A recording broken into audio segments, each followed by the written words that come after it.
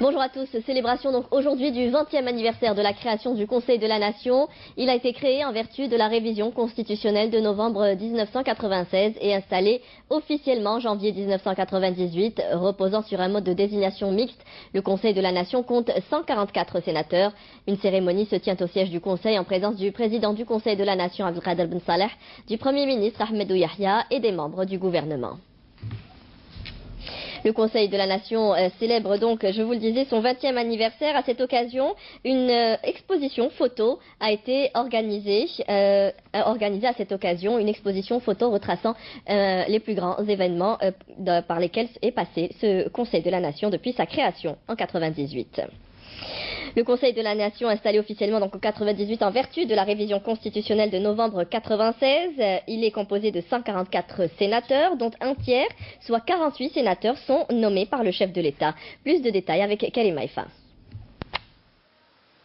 Ce sont les premières images de la première plénière du Conseil de la Nation, un conseil créé en vertu de la révision constitutionnelle de novembre 1996 et installé officiellement en janvier 1998. Cette chambre haute du Parlement qui détient le pouvoir législatif depuis 20 ans avec l'Assemblée populaire nationale dans un système de bicamérisme et qui coïncide par ailleurs avec le 2e anniversaire de la révision constitutionnelle qui a eu lieu en février 2016.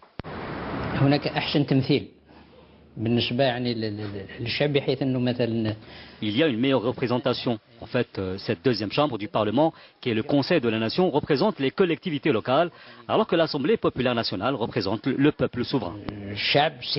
Reposant sur un mode de désignation mixte, suffrage indirect et nomination présidentielle, le Conseil de la Nation, qui détient le pouvoir législatif avec l'Assemblée populaire nationale dans un système de bicamérisme, est composé de 144 sénateurs, dont un tiers, soit 48 sénateurs, sont nommés par le chef de l'État et 96 autres membres sont élus au suffrage universel indirect par les élus des assemblées populaires communales et de wilaya pour un mandat de 6 années avec le renouvellement de la moitié des sièges du Conseil de la Nation tous les 3 ans. Quant au président du Sénat, il est élu par les membres du Conseil de la Nation, et ce, toutes les 3 années. À propos des améliorations organisationnelles de certaines institutions, la Constitution a institué au niveau du Conseil de la Nation, entre autres, l'instauration d'une session annuelle unique de 10 mois, ainsi que la primauté du Conseil de la Nation dans l'examen des projets de loi relatifs à l'organisation territoriale et à l'aménagement du territoire. La Constitution confère au Conseil de la Nation, dans son article 137, des prérogatives quant à l'aménagement du territoire et à l'organisation et au découpage territorial, ce qui nous permet maintenant de procéder entre autres à l'examen et à l'amendement de projets de loi. Cet anniversaire coïncide avec le 2e anniversaire de la révision constitutionnelle qui a eu lieu en février 2016. Il convient de rappeler qu'en plus des missions multiples qui leur sont assignées, les sénateurs contribuent efficacement à la promotion du concept de la diplomatie parlementaire, en adaptation parfaite avec la diplomatie officielle.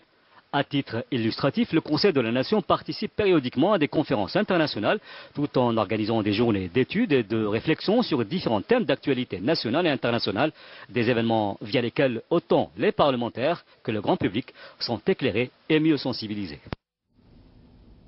Et sachez que le Premier ministre Ahmedou Yahya se rendra demain à Saryat Sidi Youssef en Tunisie pour co-présider avec son homologue les cérémonies commémoratives du 60e anniversaire du bombardement colonial de la localité de Saryat Sidi Youssef le 8 février 1958. À cette occasion, le Premier ministre sera accompagné des ministres chargés des Affaires étrangères, de l'Intérieur, des Moudjahidines, ainsi que du secrétaire général de l'Organisation nationale des Moudjahidines, l'ONM. Activité parlementaire, poursuite des débats en séance plénière ce matin à l'Assemblée populaire nationale du projet de loi sur le commerce électronique et il est attendu également les réponses de la ministre des Postes et des Télécommunications. Les dernières chutes de neige qui sont tombées plus sur l'ouest du pays a créé de nombreux désagréments et comme la perturbation du trafic routier, même si le BMS a pris fin, les perturbations météorologiques devraient toucher d'autres villes du pays, l'est et le centre. Naïma Haouch. Coup de blanc sur l'ouest du pays. Des chutes de neige dépassant les 900 mètres d'altitude ont été enregistrées. Saïda, Tiaret, N'Amal, Bayed, le sud de Tlemcen de Sidi Bel Abbas, ainsi que le nord de l'Rouat, toutes ces régions ont vêtu leur manteau blanc. Toutefois, ces chutes de neige ont occasionné quelques difficultés. Le trafic routier a été perturbé. Nous avons enregistré 98 interventions depuis le 4 février. La plupart de nos interventions sont dues à ce grand froid, mais aussi au verglas. Et c'est pour cette raison que je demande aux automobilistes d'être vigilants. J'ai remarqué que les automobilistes faisaient beaucoup de vitesse. Je leur demande de rouler moins vite. Les chauffeurs de bus font beaucoup de vitesse alors que ça glisse et ils transportent des familles. Et il y a le verglas et on ne va pas bien en plus. Donc il faut réfléchir. Les services de la wilaya de N'Ama sont sur le qui-vive pour parer à la situation.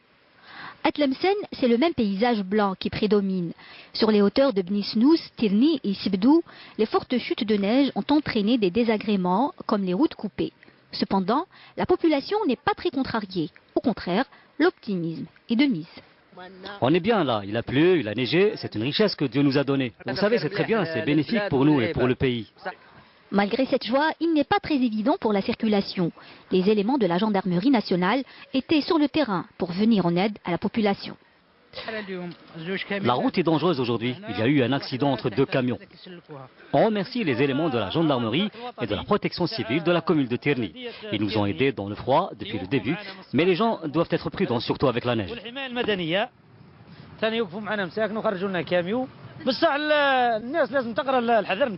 La neige a touché et touchera progressivement certaines wilayas du centre et de l'est du pays, comme Djelfan, Silat, Issemsil, Taïn de Flam, Diab, Ouira ou Tizi Ouzou. La poudreuse devra durer encore quelques jours. Et suite à cette vague de froid et aux fortes chutes de neige, des détachements de l'ANP sont intervenus dans la wilaya de Sidi Blabès, Tlemcen, Djidjel et Skikda, ainsi que Blida-Bouira et Tizi Ouzou pour désenclaver les régions et prêter aide et assistance aux citoyens touchés, et ce dès les premières heures, mobilisant ainsi tous les moyens humains et matériels. Les unités de l'ANP restent prêtes à intervenir immédiatement en cas d'intempérie, indique un communiqué du ministère de la Défense nationale. 6 casemates pour terroristes contenant une paire de jumelles, une quantité de produits explosifs, des téléphones portables ainsi que d'autres effets ont été découverts et détruits, tandis qu'un élément de soutien au groupe terroriste a été arrêté mardi à Batna par un détachement de l'armée populaire, indique un communiqué du ministère de la Défense nationale. Dans le cadre de la lutte contre la contrebande et la criminalité organisée, un détachement combiné de l'ANP a appréhendé un narcotrafiquant et saisi 8 kilos de kif traités à Tlemcen, 2e région militaire. Par ailleurs, un détachement de l'ANP a arrêté à Biskra, dans la 4e région militaire, 2 individus en possession de 26 000 unités de tabac, alors que des outils d'orpaillage ont été saisis à Ain Saleh, dans la 6e région militaire. Et toujours dans le cadre de la lutte contre antiterroriste et grâce aux efforts fournis par les unités de l'armée nationale populaire, un terroriste s'est rendu hier après-midi aux autorités militaires à Tamnarassat, dans la 6e région militaire. Il s'agit du terroriste recherché KHK Ben Moussa, alias Abou Mohamed, qui a rallié les groupes terroristes en 2013. À cet effet, il a été procédé à la récupération d'un pistolet mitrailleur de type Kalachnikov et d'un chargeur chargé. Le ministère du Commerce l'Algérie participe à la 101e session ordinaire du Conseil économique et social de la Ligue des États arabes prévue du 3 au 8 février au Caire en Égypte. À cette occasion, le ministre du Commerce, Mohamed Ben Meradi, participera à la réunion ministérielle prévue à partir d'aujourd'hui et demain, qui se penchera sur plusieurs points conformément au règlement intérieur du Conseil. Depuis l'entrée en vigueur du décret interdisant l'importation de certains produits en Algérie, plusieurs secteurs s'affolent et craignent de voir leur production s'arrêter. C'est le cas de ces fabricants de céramique. Ils utilisent toujours leur stock d'avant, mais risquent de vite se retrouver à court de matières premières. Bouchaboli. Avec l'entrée en vigueur du décret exécutif désignant les marchandises soumises au régime de restriction à l'importation, les fabricants de céramique trouvent des difficultés à assurer leurs commandes. Leur stock de peinture pour céramique et de poudre de verre commence à s'épuiser. Il s'agit de 2 matières premières importées entrant dans la composition des dalles de céramique. Voici les mailles qui représentent 5% dans la production du carreau de céramique en Algérie. Par contre, ceci est produit à 100% à base de matières premières locales, mais ce côté est produit par des matières premières importées à hauteur de 5%. On fait face à un sérieux problème. Les matières importées, même si elles ne représentent pas un grand taux dans nos produits, elles sont indispensables pour la fabrication de nos produits. Dans mon cas, je n'ai que 15 jours de stock, après quoi ce sera l'arrêt de la production. Ces derniers temps, on a été sincèrement surpris par la décision du ministère du Commerce que nous respectons, mais qui a affecté notre stratégie de 2018 et qui nous a fait vraiment reculer. Avant la suspension des importations, les services concernés affirment pourtant avoir orienté les producteurs vers un opérateur économique algérien en mesure de les fournir en matières premières.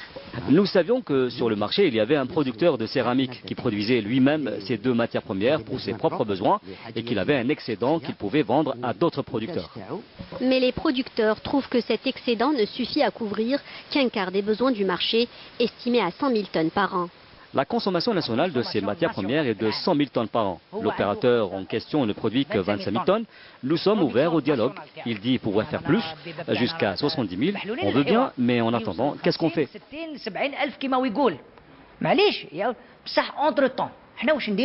Nous pouvons subvenir actuellement à 65% des besoins du marché national. Et nous avons à peu près en ce moment 30 à 40% du marché national. Mais nous comptons avec les investissements qui arrivent, Inch'Allah, arriver à une couverture de 100%. Quand nous avons utilisé les matières premières produites en Algérie, notre produit fini en termes de qualité n'était pas identique à ce qu'on faisait. Je dirais même qu'il y a une grande différence au niveau de la brillance.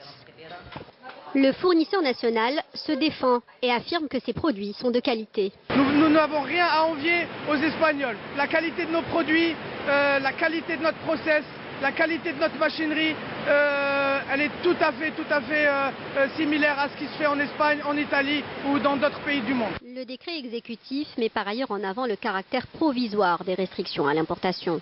On a pris une décision qui concerne tous les produits et pas seulement la céramique, à travers laquelle on peut revoir et étudier la possibilité d'importer à nouveau certaines matières premières indispensables à certaines filières.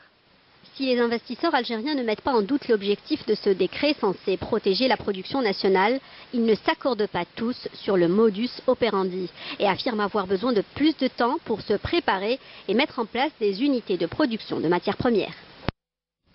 La collecte et le tri des ordures ménagères représentent un secteur à moindre risque économique, pérenne et rentable, qui n'exige pas de gros moyens. C'est là les déclarations de la ministre de l'Environnement et des Énergies qui appelle le secteur privé à investir dans ce secteur.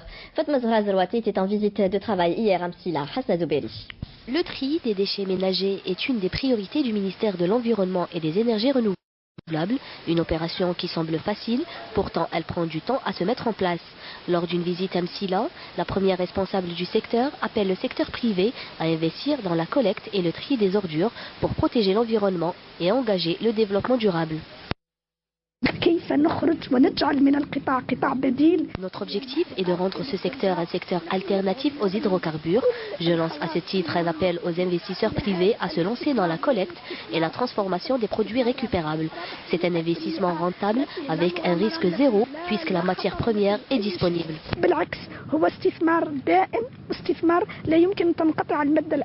La ministre s'est enquis à l'occasion des activités de tri et de récupération des produits plastiques ferreux et en fer au niveau du centre d'enfouissement technique de la ville de Msila. La dépouille du dernier survivant du groupe des 22, Ben Mousfa Ben Ouda Ammar, décédé lundi dernier, est attendu cet après-midi à Alger. Je rappelle qu'Ammar Ben Ouda, figure emblématique de la guerre de libération nationale, est décédé à l'âge de 93 ans dans un hôpital de Bruxelles.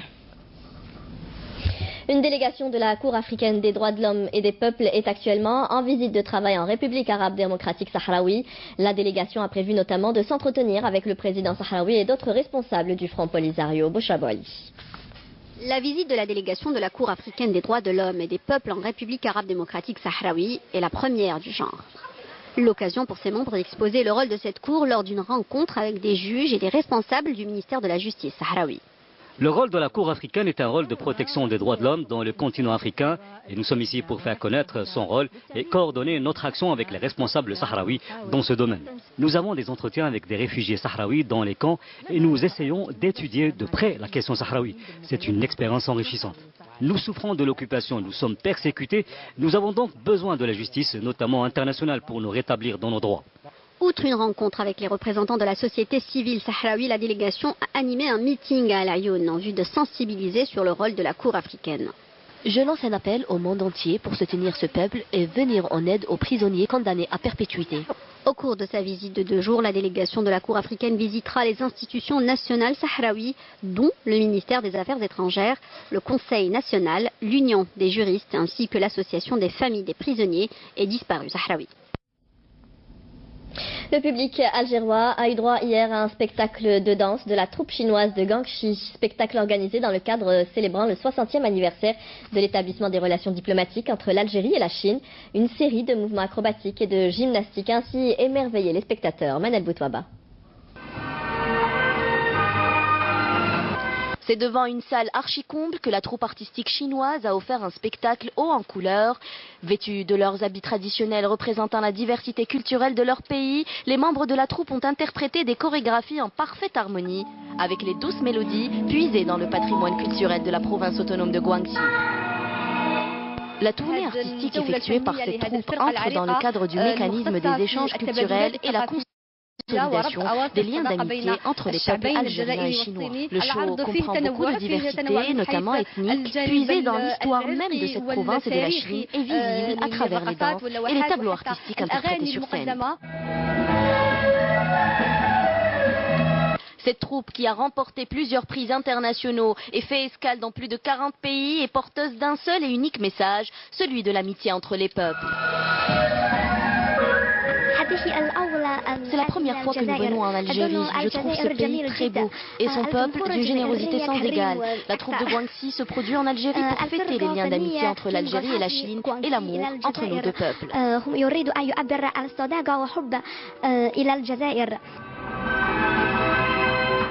Des chanteurs et chanteuses ont interprété des chansons chinoises ainsi qu'une chanson emblématique du Sha'bi algérien, Chahlet L'Ayani, à travers laquelle les artistes voulaient exprimer au public son fort attachement aux relations entre la Chine et l'Algérie, qui célébraient hier le 60e anniversaire de l'établissement de leurs relations diplomatiques.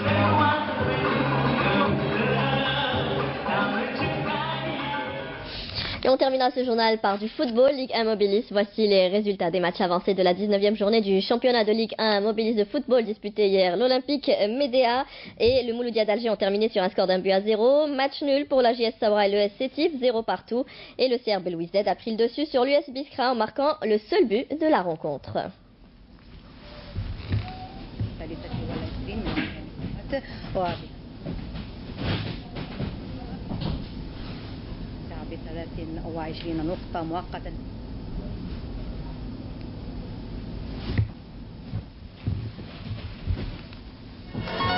Et c'est la fin de ce journal. Merci à vous tous de nous avoir prêté attention. Vous pourrez suivre dans un instant le bulletin météo. Ce soir, retrouvez Zoé Benzimeret pour le journal de 19h. Très bonne journée à tous. Au revoir.